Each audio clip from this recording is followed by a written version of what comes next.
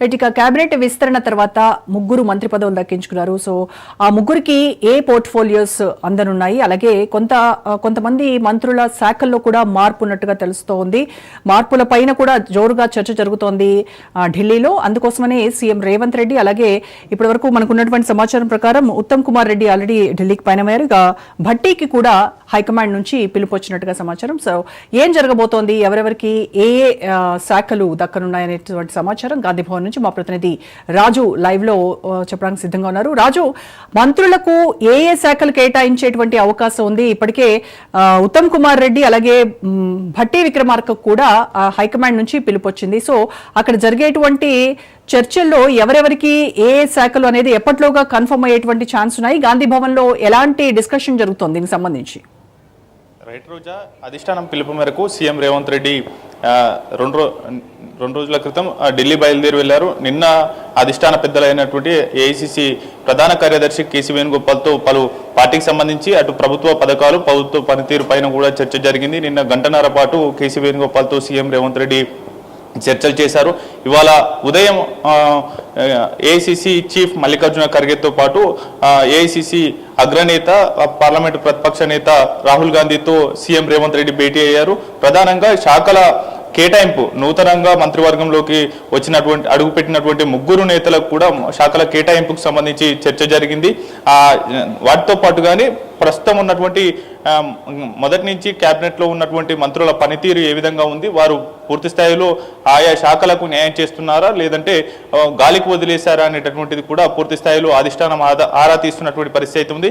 దీనికి సంబంధించి కూడా పూర్తి స్థాయిలో అటు శాఖల కేటాయింపుకు సంబంధించి సీఎం రేవంత్ రెడ్డి వద్ద ఉన్నటువంటి అదనపు శాఖలు, అంటే ఇప్పటి వరకు ఏ మంత్రికి కేటాయించినటువంటి శాఖలను సీఎం రేవంత్ రెడ్డి వద్దనే ఉంటాయి. ఆ శాఖలను నూతనంగా మంత్రివర్గంలో కొలువుదీరినటువంటి మంత్రులకు ఈ యొక్క శాఖలు కేటాయిస్తారు. ప్రధానంగా సీఎం రేవంత్ రెడ్డి దగ్గర ఎడ్యుకేషన్, విద్యాశాఖ, వాటితో పాటుగానే మున్సిపల్ డెవలప్మెంట్ శాఖతో పాటు హోంశాఖ, ఇటువంటి కీలకమైనటువంటి శాఖలు ఉన్నాయి. వాటిని ఆ ముగ్గురు మంత్రులకు కట్టబెడతారనేటటువంటి చర్చ నడిచింది. అయితే అధిష్టానం ముందు రెండు ప్రతిపాదనలు పెట్టినట్టు మనకు సమాచారం అంతా ఉంది. ఒకటి, సీఎం రేవంత్ రెడ్డి దగ్గర ఉన్నటువంటి శాఖలను ముగ్గురు మంత్రులకు కేటాయించడం, లేదంటే అటు మొదటి నుంచి క్యాబినెట్లో కొనసాగుతూ వస్తున్నటువంటి నేతల పనితీరు ఆధారంగా వారు పూర్తి స్థాయిలో న్యాయం చేయలేకపోయినటువంటి శాఖలు ఏవైనా ఉంటే వాటిని ఒకటికి మించి ఎక్కువ శాఖలు ఉన్నటువంటి మంత్రులు ఎవరైతే ఉంటారో వారి దగ్గర నుంచి శాఖలు ఒక శాఖ తీసి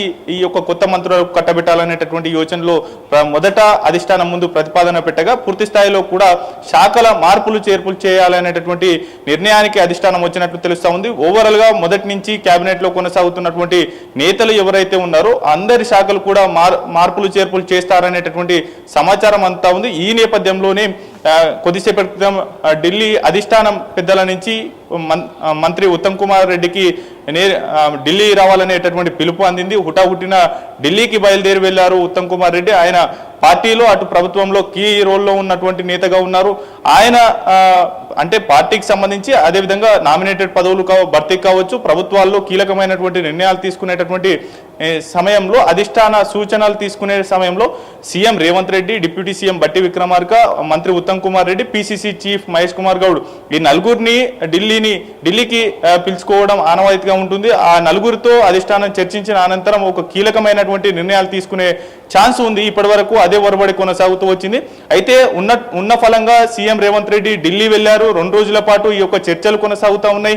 కీలకమైనటువంటి శాఖలను కొత్త నేతలకు కేటాయిస్తారా లేదంటే సామాజిక సమీకరణాలను దృష్టిలో పెట్టుకొని వారికి అత్యంత కీలకమైనటువంటి మంత్రివర్గంలో స్థానం ఉండే విధంగా శాఖలను కేటాయిస్తారా అనేది కూడా తేలాల్సి ఉంది. అందుకు సంబంధించి వరుసగా అధిష్టాన పెద్దలతో చర్చలు చేస్తున్న నేపథ్యంలోనే ఈ యొక్క శాఖల మార్పులు చేర్పులకు సంబంధించి చర్చ జరిగింది. అందులో భాగంగానే అటు ఉత్తమ్ కుమార్ రెడ్డికి అధిష్టానం నుంచి పిలుపు వచ్చిన నేపథ్యంలో ఆయన ఉట్టిన ఢిల్లీ బయలుదేరి వెళ్లారు.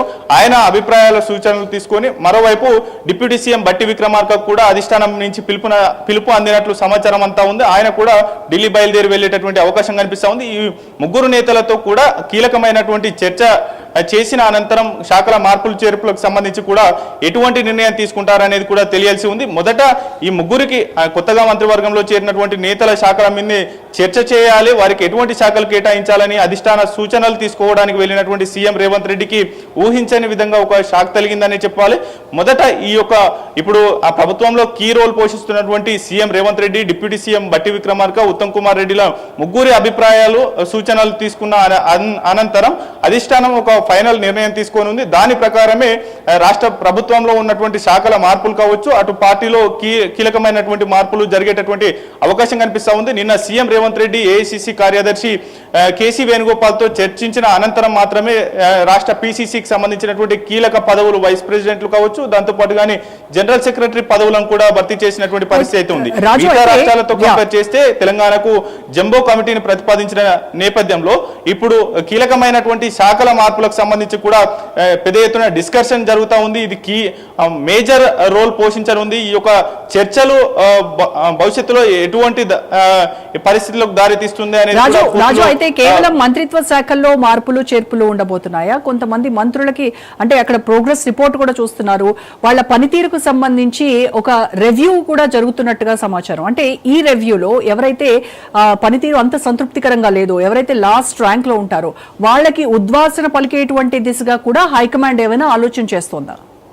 డెఫినెట్ గా రోజా, ఎందుకంటే మొదటి నుంచి తెలంగాణలో కాంగ్రెస్ సర్కార్ ఏర్పడిన క్యాబినెట్ లోకి నూతనంగా తీసుకున్నటువంటి మంత్రుల్లో కొత్తగా మంత్రివర్గంలోకి చేరినటువంటి నేతలు కొందరు ఉన్నారు. పొన్నం ప్రభాకర్ మొదటిసారి మంత్రివర్గంలో చేరారు, మునుపెప్పుడు మంత్రివర్గంలో పనిచేసినటువంటి అనుభవం లేదు. సీతక్క మొదటిసారి ఆ మంత్రివర్గంలో చేరినటువంటి పరిస్థితి ఉంది. పొంగులేటి శ్రీనివాసరెడ్డి మొదటిసారి మంత్రివర్గంలో మంత్రులుగా పనిచేస్తున్నటువంటి పరిస్థితి అయితే ఉంది. అయితే వారి యొక్క అందరి ప్రోగ్రెస్ రిపోర్టు ఆయా శాఖలకు సంబంధించి ఒక్కొక్క మంత్రి దగ్గర ఒకటికి మించి అదనపుగా శాఖలు కేటాయించారు. ఆ శాఖలకు ఈ 1.5 year లో ఎటువంటి వారి పనితీరు ఏ విధంగా ఉంది, వారి ప్రోగ్రెస్ రిపోర్ట్ ఏ విధంగా ఉంది అనేది కూడా అధిష్టానం ఎప్పటికప్పుడు వారు ఏమైనా వివాదాల్లో మునిగి తేలుతున్నారా, లేదంటే వారి యొక్క కేటాయించినటువంటి శాఖలకు పూర్తి స్థాయిలో న్యాయం చేస్తున్నారా లేదా అనేది కూడా పూర్తి స్థాయిలో ఆరా తీస్తున్నటువంటి పరిస్థితి అయితే ఉంది.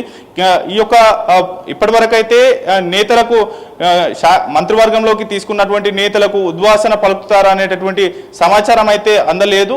ఆ యొక్క నిర్ణయాలు కూడా ఉండే ఛాన్సెస్ అయితే కనిపిస్తా ఉన్నాయి. ఎందుకంటే ఈ యొక్క 1.5 year వారికి పూర్తి స్థాయిలో ఫ్రీడమ్ ఇచ్చింది. ఆయా శాఖలకు సంబంధించినటువంటి పనితీరులో మెరుగుపరుచుకోవాలని ఢిల్లీ వెళ్ళిన ప్రతిసారి అధిష్టానం చెప్తూ వస్తుంది. అయితే ఆయా శాఖలకు సంబంధించి కూడా పూర్తి స్థాయిలో వారు న్యాయం చేయని నేపథ్యంలో ఆ శాఖలను తీసి ఇతర నేతలకు ఇస్తారా ఏంటి అనేది కూడా తెలియాల్సి ఉంది. అయితే కొత్తగా మంత్రివర్గంలో చేరినటువంటి నేతలు కావచ్చు, వివిధ శాఖలు మొదటిసారి ఆ మంత్రి వద్ద చేరినటువంటి సందర్భాలు కావచ్చు, వారు పూర్తి స్థాయిలో ఆ శాఖ మీద గ్రిప్ తెచ్చుకోవడానికి, దాంతో పాటుగానే అధికారులు ఆ శాఖ అధికారులు తమ మంత్రుల మాట వినడానికి కూడా ఇంతకాలం సమయం పట్టినటువంటి పరిస్థితి అయితే ఉంది. ఇప్పుడిప్పుడే ఆయా శాఖల మీద పూర్తి స్థాయిలో పట్టు వస్తున్న నేపథ్యంలో శాఖల మార్పులు చేర్పులు ఉంటే గనక పూర్తి స్థాయిలో అటు ఈ 3.5 ఏళ్ళు కూడా ఆ శాఖల మీద కొత్త మార్పులు చేర్పులు చేస్తే గనక ఆయా శాఖలకు సంబంధించినటువంటి అధికారులు, దాంతో పాటుగానే ఆ శాఖ యొక్క పనితీరు విధానం కూడా అర్థం చేసుకోవడానికి మరో 1 year కూడా సరిపోదు అనేటటువంటి భావనలు ఉంది. కాబట్టి కొత్తగా వచ్చినటువంటి నేతలకు పలు శాఖలను ఒకటికి మించి మరో అదనపు శాఖలు పనిచేస్తున్నటువంటి శాఖలు ఉన్నటువంటి మంత్రులు ఎవరైతే ఉంటారో వారి తీసి ఇంకొకరికి ఇస్తారా, లేదంటే సీఎం రేవంత్ రెడ్డి వద్దనే ఉన్నటువంటి అత్యంత కీలకమైనటువంటి శాఖలను నూతన మంత్రులకు ఇస్తారా? ఓవరాల్ గా పనితీరు బాగాలేని శాఖలు ఏవైతే ఉన్నాయో ఆయా మంత్రుల నుంచి తీసి ఇతర మంత్రులకు కట్టబెట్టేటటువంటి ఛాన్సెస్ అయితే కనిపిస్తా ఉన్నాయి. రాజు, ఇంకొక విషయం ఏంటంటే మేజర్ గా కొందరు మంత్రుల పైన ఈ కమిషన్